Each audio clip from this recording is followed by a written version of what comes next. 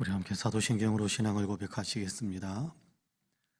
전능하사 천지를 만드신 하나님 아버지를 내가 믿사오며 그 외아들 우리 주 예수 그리스도를 믿사오니 이는 성령으로 잉태하사 동정녀 마리아에게 나시고 본디오 빌라도에게 고난을 받으사 십자가에 못 박혀 죽으시고 장사한 지 사흘 만에 죽은 자 가운데에서 다시 살아나시며 하늘에 오르사 전능하신 하나님 우편에 앉아 계시다가 저리로서 산 자와 죽은 자를 심판하러 오시리라.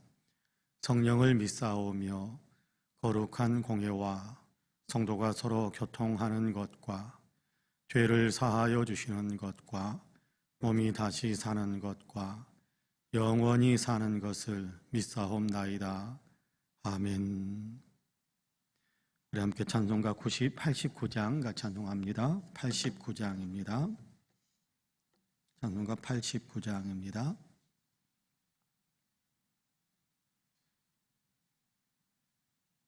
같이 찬송합니다. 자론의 꽃 예수 나의 마음에 거룩하고 아름답게 피소서. 내 생명이 참 사랑의 향기로 간데마다 풍겨나게 하소서. 예수 샤론의 꽃 나의 마음의 사랑으로 피소서. 샤론의 꽃 예수 이 세상에서 어느 꽃과 비교할 수 있으랴. 나의 삶의 한결같은 은혜와 사랑으로 가득하게 하소서.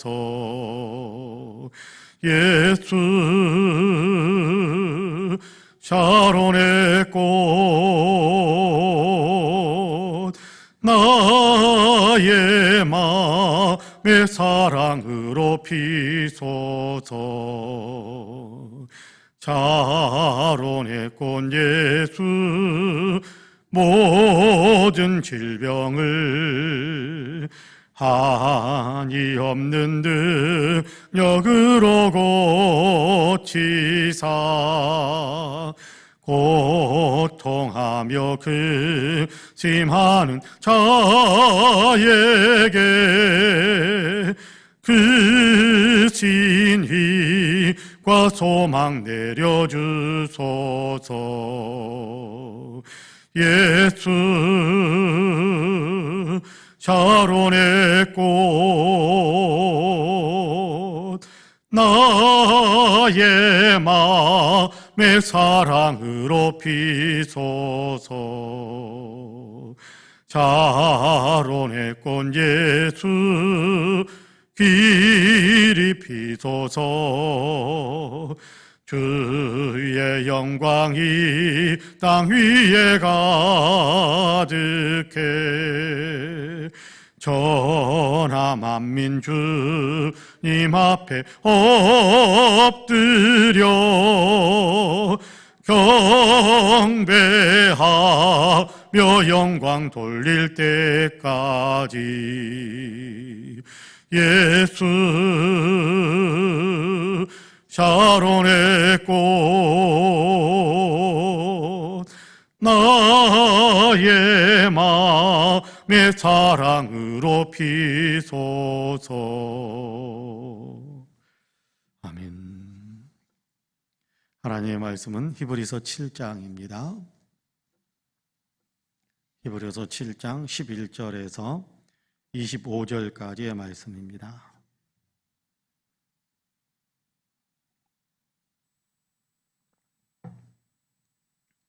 히브리서 7장 11절에서 25절까지 우리 한 목소리로 같이 봉독합니다. 레위 계통의 제사 직분으로 말미암아 온전함을 얻을 수 있었으면 백성이 그 아래에서 율법을 받았으니 어찌하여 아론의 반차를 따르지 않고 멜기세덱의 반차를 따르는 다른 한 제사장을 세울 필요가 있느냐? 제사 직분이 바뀌어졌은즉 율법도 반드시 바꾸어지리니 이것은 한 사람도 제단 일을 받들지 않는 다른 지파에 속한 자를 가리켜 말한 것이라. 우리 주께서는 유다로부터 나신 것이 분명하도다. 이 지파에는 모세가 제사장들에 관하여 말한 것이 하나도 없고 멜기세덱과 같은 별다른 한 제사장이 일어난 것을 보니 더욱 분명하도다. 그는 육신에 속한 한 계명의 법을 따르지 아니하고 오직 불멸의 생명의 능력을 따라 되었으니 증언하기를 내가 영원히 멜기세덱의 반차를 따르는 제사장이라 하였도다. 전에 있던 계명은 연약하고 무익함으로 패하고 율법은 아무것도 온전하게 못할지라. 이에 더 좋은 소망이 생기니 이것으로 우리가 하나님께 가까이 가느니라. 또 예수께서 제사장이 되신 것은 맹세 없이 된 것이 아니니 그들은 맹세 없이 제사장이 되었으되 오직 예수는 자기에게 말씀하신 이로 말미암아 맹세로 되신 것이라. 주께서 맹세하시고 뉘우치지 아니하시리니 내가 영원히 제사장이라 하셨도다. 이와 같이 예수는 더 좋은 언약의 보증이 되셨느니라. 제사장 된 그들의 수요가 많은 것은 죽음으로 말미암아 항상 잊지 못함이로되 예수는 영원히 계심으로 그 제사장 직분도 갈리지 아니하느니라. 그러므로 자기를 힘입어 하나님께 나아가는 자들을 온전히 구원하실 수 있으니 이는 그가 항상 살아계셔서 그들을 위하여 간구하심이라. 아멘. 이 말씀에 큰 은혜가 있기를 원합니다. 할렐루야. 오늘 하나님께서 열어주신 새 하루의 삶을 또 새롭게 시작하시는 우리 사랑하는 모든 성도님들에게 하나님의 놀라우신 은혜와 크신 평강의 역사가 풍성하게 임하시기를 주님의 이름으로 간절히 축복합니다. 하나님께서 우리와 함께 하셔서 우리의 삶에 오늘 또 위로가 넘치고 오늘 하나님께서 공급하시는 용기와 희망이 넘치고 우리 가운데 사랑이 또 풍성해져서 우리가 그리스도의 향기를 많은 사람들에게 끼치면서 또 삶의 본보기가 되면서 아름다운 삶을 살아가는 복된 역사가 더 풍성하기를 주님의 이름으로 간절히 축복합니다. 아멘. 오늘 우리가 히브리서 7장 11절에서 25절까지의 말씀을 같이 읽었습니다. 좀 이렇게 우리가 이해하기 어려운 용어들 또 이렇게 내용들 그런 문맥 속에서 말씀이 전개됩니다마는 11절에서 25절까지의 말씀의 핵심적인 구절이 있다고 한다면 22절 말씀이다. 그렇게 우리가 생각하셔도 될 것 같습니다. 22절에 보면 이와 같이 예수는 더 좋은 언약의 보증이 되셨느니라 라고 말씀하는데 11절에서 25절까지의 말씀이 바로 이 핵심 포인트 안에서 이 내용에 대한 설명하는 그런 내용들로 이렇게 구성되어져 있다라고 생각하셔도 될 것 같아요. 여러분께 레위 계통의 제사 직분으로 말미암아 온전함을 얻을 수 있었으면 그렇게 말씀을 시작하고 있습니다. 11절에서 레위 계통, 레위 지파 후손으로 아론의 계열 가운데 계속해서 제사장이 이어졌는데 그 제사장들로 인해서 우리에게 온전함이 이루어질 수 있게 된다면 우리의 구원을 온전하게 만들어갈 수 있게 된다면 여러분 다른 제사장이 필요할까요? 그렇지 않겠죠? 여러분 레위 계통의 제사장들로 인해서 모든 사람들의 구원이 온전하게 완성될 수 있다고 한다면 다른 제사장이 필요치 않습니다. 그런데도 불구하고 하나님께서는 다른 제사장을 세울 것에 대해서 예언을 하셨어요. 여러분께 성경책 맨 밑에 아주 작은 글씨로 기억, 그래서 시 110편 4절이라고 적혀 있죠. 그 내용이 어디에 해당되는 내용이냐 하면 17절에 보면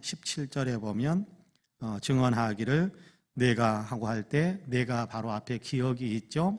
그 기억에 대해서 그 기억은 이게 다른 구약 성경에 있는 내용을 인용해 놨다, 그런 게 메시지인데, 그 기억이라는 그 내용이 뭐냐 하면 내가 영원히 멜기세덱의 반차를 따르는 제사장이라 하였도다, 그렇게 말씀하는데, 이렇게 내가 영원히 멜기세덱의 반차를 따르는 제사장이라 라고 시편 110편 4절에서 말씀하는 내용이다, 그런 얘기예요. 그래서 그 부분을 인용해서 여기에서 설명을 하고 있는 거예요. 그러니까 앞부분으로 다시 돌아가서 이야기한다면 다른 대제사장을 하나님께서 세우시겠다라고 약속을 하셨어요. 그러니까 네 지파의 제사장으로서 우리의 구원이 온전하게 이루어진다고 한다면 하나님께서 굳이 다른 대제사장을 세우실 이유가 없었는데, 그 네 지파의 제사장의 그 제사장 직분 역할, 그 역할을 통해서 모든 사람들의 구원을 온전히 이룰 수 없기 때문에 하나님께서 다른 제사장을 세워서 온전한 구원을 이루시겠다라고 약속하신 것이다 라고 이야기하는 것이 11절 이하에 계속해 11절에서 말씀하시는 내용이거든요. 네 계통의 제사 직분으로 말미암아 온전함을 얻을 수 있었으면, 가로 빼고요, 어찌하여 아론의 반차를 따르지 않고 멜기세덱의 반차를 따르는 다른 한 제사장을 세울 필요가 있었겠느냐, 그렇게 말씀하고 있는 겁니다. 자, 네 계통의 제사장은 혈통을 따라서 오는 것이고, 어제도 말씀을 드렸습니다마는 멜기세덱의 반차를 따르는 제사장은 혈통과는 전혀 무관합니다. 시작도 끝도 없고 이렇게 하나님께서 친히 세워서 하나님께서 일을 맡기셨던 네 계통의 가문의 사람도 아니고, 네이보다 먼저 있었고, 그렇죠, 아브라함보다도 더 탁월한, 아브라함보다 더 큰 사람으로 아브라함을 축복하고 아브라함에게 11조를 받았던 그 제사장이 누구냐 하면 멜기세덱이란 말이에요. 근데 멜기세덱처럼 그렇게 네 계통의 네 지파의 어떤 혈통으로서가 아니라 하나님께서 직접 세워서 이 민족보다 더 큰 네 계통의 제사장보다 더 큰, 아브라함보다 더 큰 그 제사장을 하나님께서 세우겠다라고 약속하셨는데, 그렇게 세워진 제사장이 누구냐 하면 예수님이라는 거예요. 이렇게 세운, 하나님께서 예언하셨잖아요. 멜기세덱의 반차를 따르는 큰 제사장으로 내가 너를 세운다라고 약속하신 것은 메시아 예언에 대한 구절입니다. 그러니까 예수님을 하나님께서 보내셨는데, 이 예수님을 하나님께서 어떤 분으로 세우셨느냐, 물론 성경의 다른 부분에 보면 한마디로 예수님은 이런 분이다라고 단정적으로 이야기할 수 있는, 그렇게 설명할 수 있는 내용이 없어요. 그렇게 설명할 수가 없어요. 그러니까 어디에서는 말씀처럼, 어디에서는 예언자처럼, 어디에서는 왕처럼 그렇게 설명을 하기도 하는데, 시편 110편에서는 예수님을 제사장처럼 그렇게 예언하셔서 예수님이 우리에게 큰 대제사장의 역할을 감당해 주실 것이다. 그러니까 네 계통의 제사장들이 할 수 없었던, 온전히 이룰 수 없었던 그 일을 이제는 예수님께서 온전히 이루시기 위해 세상에 오셨고, 그분을 통해서 그 온전한 제사가 이루어졌다, 십자가에서. 그 사실을 설명하고 있는 겁니다. 자, 여러분께 예수님은 그러니까 멜기세덱은 네 지파가 아니었듯이 예수님도 네 지파가 아닌, 예수님이 혈통적 육신으로는 유다 지파 가운데서 태어나셨는데 전혀 상관없는, 네 지파하고는 전혀 상관없는, 하나님께서 직접적으로 그냥 이렇게 세우셔서 하나님의 일을 이루게 하시는 그런 제사장으로 예수님께서 세움을 받았다, 그렇게 이야기하고 있습니다.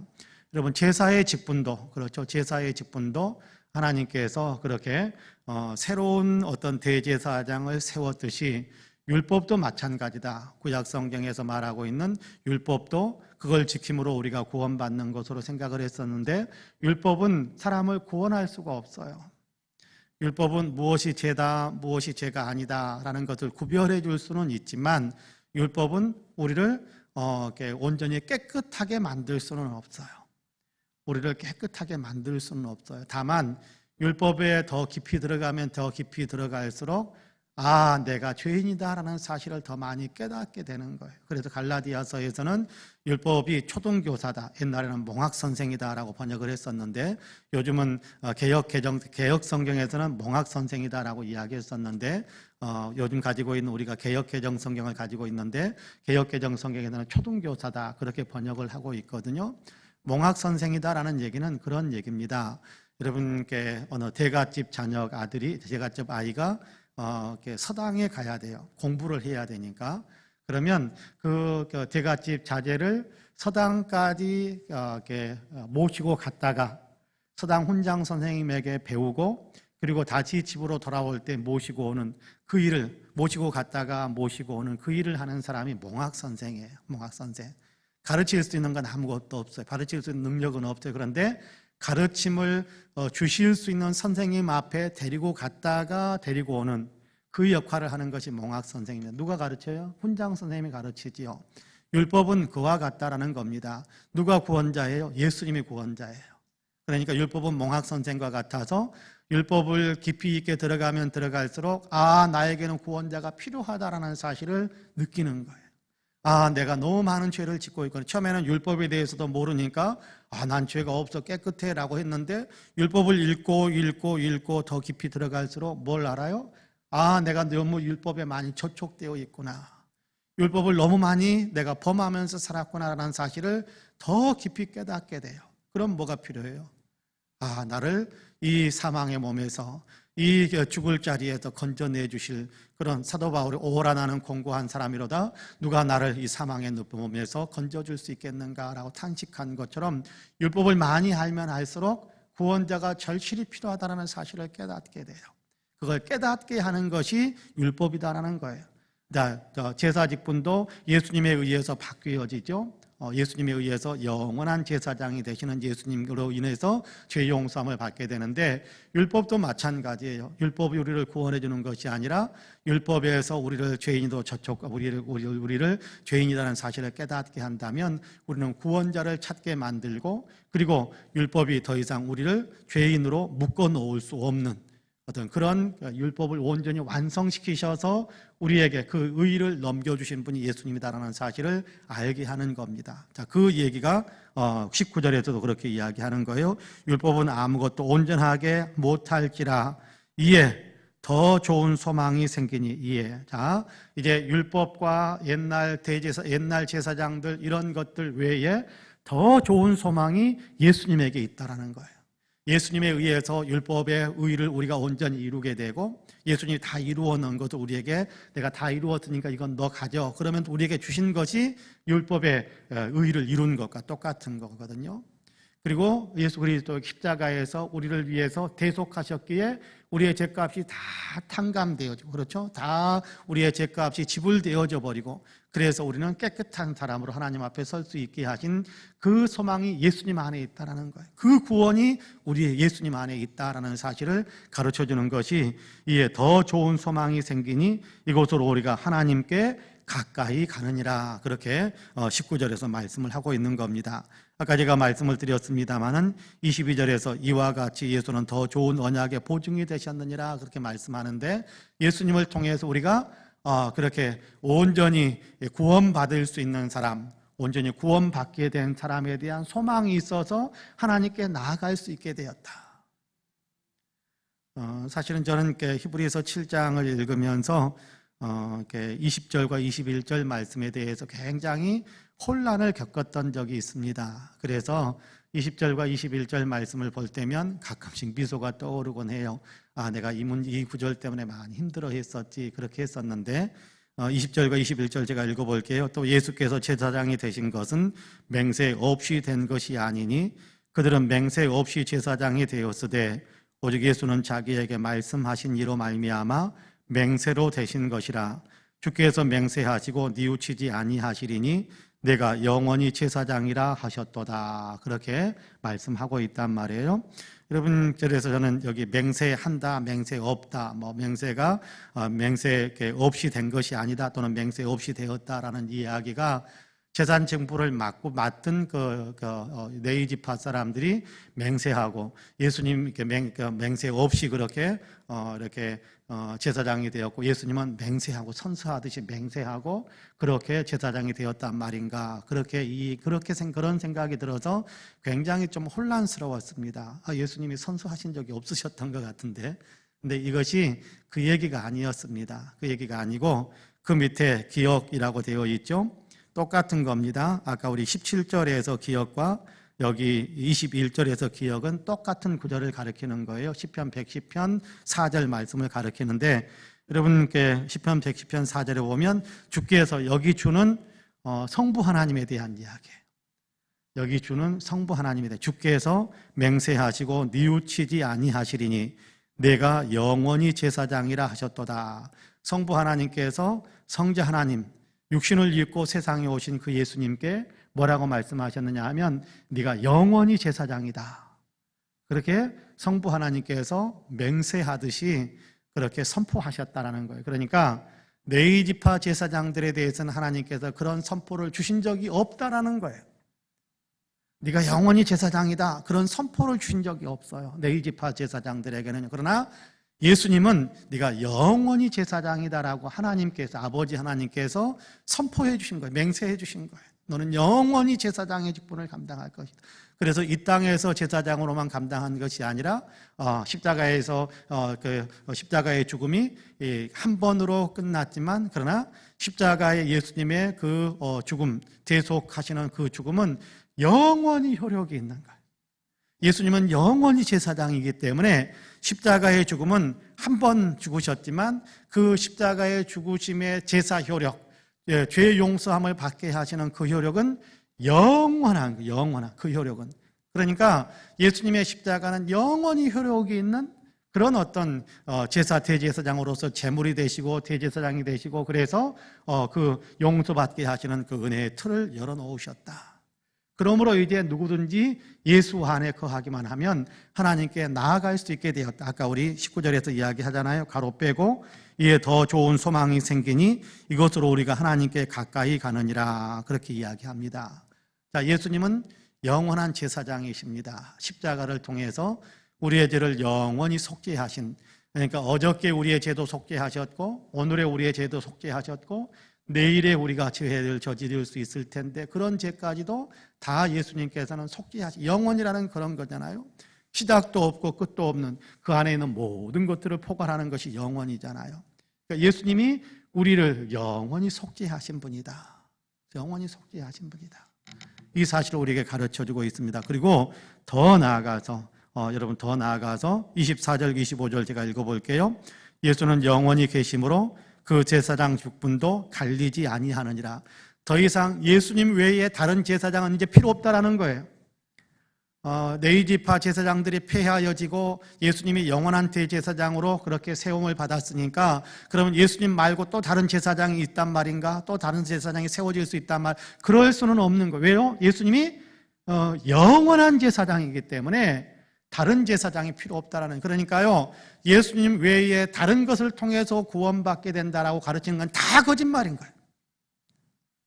예수님 외에 다른 것으로 구원받을 수 있다라고 말하는 건 다 거짓말이에요. 다 거짓말. 이단의 교주들이 자기를 통해서 구원받는 다 거짓말이에요. 그건 다 거짓말. 하나님의 말씀을 깨뜨리고 있는 엄청난 이게 좋지 못한 범죄를 저지르고 있는 거예요. 영원한 제사장은 예수님 한 분뿐이에요. 다른 제사장은 없는 거예요.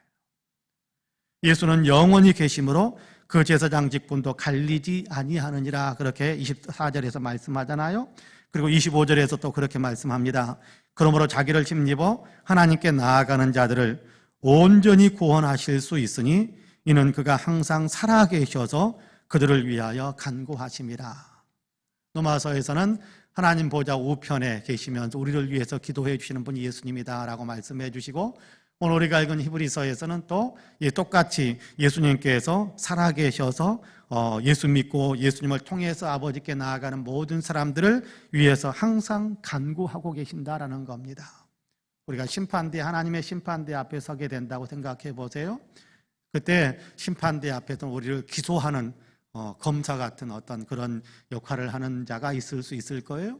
그런가 하면 우리를 변호해 주시는 어떤 그런 변호사적인 어떤 그런 역할을 하신 분도 계실 거예요. 죄인입니다. 죄인입니다. 죄인입니다. 지옥 보내야 됩니다. 할 말이 없어 우리는요. 왜요? 거기서 기소하는 죄의 내용을 보니까 내가 세상에 살 때 다 했던 거거든.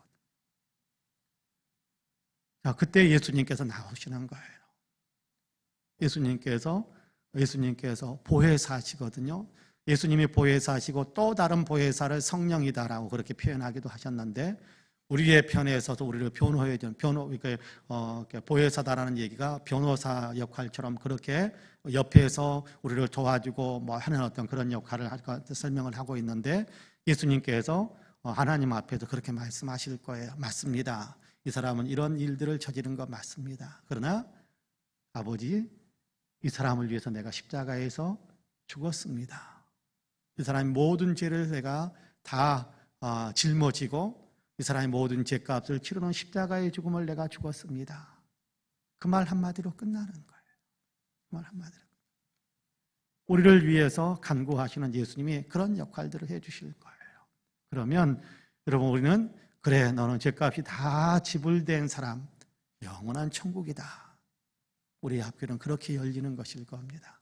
여러분, 오늘 우리가 읽은 본문 속에서 여기에 대한 분명한 이야기들을 들려줍니다. 그리고 또 한편으로는 우리가 또 오늘 우리의 삶 속에서 더 희망과 용기를 가질 수 있는 것은 예수님께서 우리를 위하여 계속해서 살아계셔서 지금도 살아계시면서 우리를 위해서 간구하신다. 예수님은 살아계시잖아요. 십자가에 죽으셨을 뿐만 아니라 예수님은 사흘 만에 살아나셨고 살아계신 모습 그대로 승천하셨고 그리고 하나님 보좌 우편에 앉아 계시잖아요. 우리를 위해서 간구하시는 분이십니다. 가끔 이렇게 우리가 복음성가 찬송을 부를 때 그런 찬송 부르잖아요. 당신이 기도할 수 없고 당신이 지쳐 이렇게 주눅 들고 좌절해 있을 때, 그럴 때 누군가 널 위해 기도한다. 누군가 널 위하여 기도한다. 물론 우리 옆에서 누군가 우리를 위해 기도해 주는 존재가 있을 수 있겠습니다만은 또 한편으로는 지금도 살아계셔서 계속해서 우리를 위해서 기도해 주시는 예수님이 계신다라는 사실을 우리가 마음속에 생각하게 만드는 그런 찬송가라고 생각해요. 여러분, 그러면 우리가 힘이 나지 않겠습니까? 그래, 주님이 나를 격려하고 계셔. 주님이 나를 응원하고 계셔. 주님이 나를 위해 기도하고 계셔. 그러면요, 얼마나 힘과 용기가 나겠어요. 여러분, 이 사실을 기억하시기를 바랍니다. 오늘 새벽에도 주님이 나를 위해서 간구하고 계신다라는 사실을 생각하면서 기도의 힘도 얻으시고, 오늘 하루를 살아갈 때, 오늘 하루를 시작할 때 우리가 기도의 자리에 나왔습니다마는 어쩌면 우리 가운데서는 아이고, 오늘도 힘들어서 어떻게 사나 그런 생각이 혹 있을지도 모르겠습니다만, 그러나 주님이 오늘도 나를 응원하시고 나를 격려하시고 나를 위해서 아버지께 간구하고 계신다라는 사실을 생각한다면, 그래, 오늘도 승리할 수도 있다라는 우리의 주먹 불끈 쥐는 그런 삶을 또 시작할 수 있다고 생각해요. 바로 그런 삶이 오늘 우리 새 출발, 하루를 새롭게 출발하는 이 시간이 바로 그런 어떤 위로를 받고 격려를 받고 힘을 얻는 그런 시간이 되시기를 주님의 이름으로 간절히 축복합니다. 아멘. 기도하겠습니다. 자비와 긍휼이 풍성하신 하나님, 오늘도 우리를 사랑해 주셔서 감사합니다. 주님께서 우리를 축복하셔서 새롭게 하루의 일과를 시작하게 하시고, 오늘도 하나님의 말씀을 통해서 예수님께서 살아계셔서 지금도 하나님께 우리를 위해서 간구하고 계신다는 사실을 가르쳐 주셔서 감사합니다.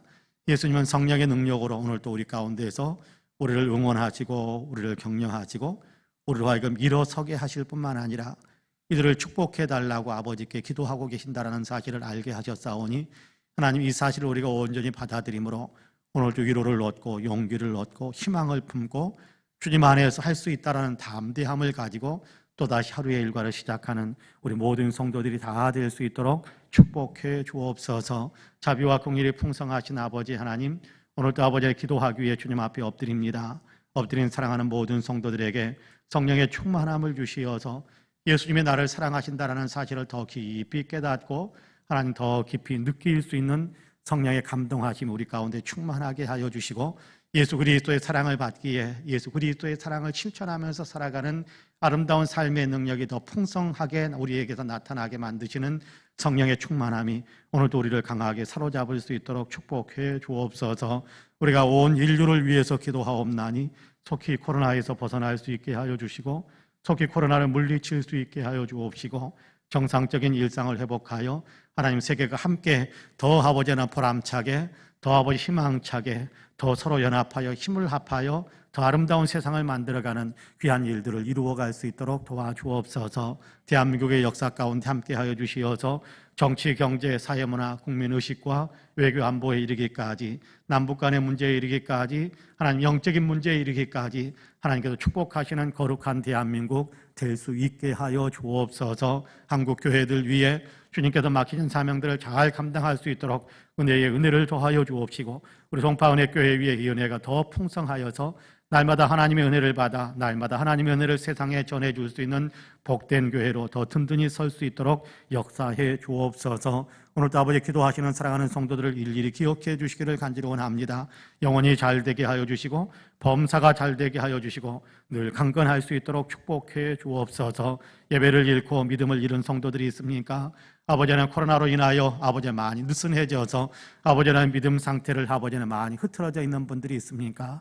성령께서 도우셔서 주님의 사랑을 다시금 기억하게 하여 주시고 주님의 사랑을 받았으니 은혜를 받았으니 나도 다시금 허리띠를 조여매고 열정적으로 주님을 섬기는 거룩한 믿음의 삶을 살겠다라는 결단들이 아버지 더 풍성해질 수 있도록 도와주시고 몸이 연약한 성도들을 건강을 회복하며 치료받고 있는 성도들의 치료의 속도가 더 빨라지게 하여 주시고 아버지 이런저런 아버지 아픔 속에 있는 사랑하는 성도들이 아버지 아픔에서 고침을 받고 통증에서도 벗어나고 이제 아버지 건강한 활력을 가지고 힘차게 삶을 살아갈 수 있도록 도우시며 건강한 성도들은 건강을 잃지 않도록 주님께서 보호하시고 유지하게 하시는 복도 더하여 주옵소서. 하나님 모든 범사에 복을 주시기 원합니다. 직장과 또 일터 위에 축복하여 주시고 풍성한 아버지 열매를 거두며 11조와 감사의 조건이 더 풍성해지게 하여 주시고 진학을 위하여 애쓰고 있는 사랑하는 자녀들 특별히 아버지는 박주와 조거나 최정훈 아버지 황은영 이들에게 아버지 하나님의 진학의 문이 활짝 열리게 하시는 귀한 축복의 역사도 있게 하여 주옵소서.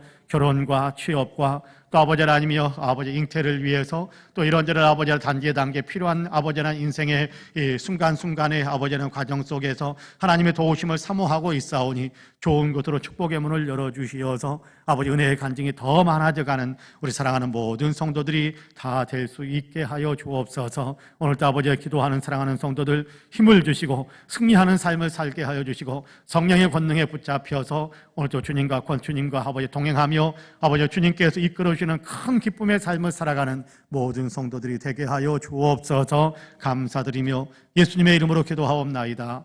아멘. 하늘에 계신 우리 아버지여 이름이 거룩히 여김을 받으시오며 나라가 임하시오며 뜻이 하늘에서 이루어진 것 같이 땅에서도 이루어지이다. 오늘 우리에게 일용할 양식을 주시옵고 우리가 우리에게 죄 지은 자를 사하여 준 것 같이 우리 죄를 사하여 주시옵고 우리를 시험에 들게 하지 마시옵고 다만 악에서 구하시옵소서.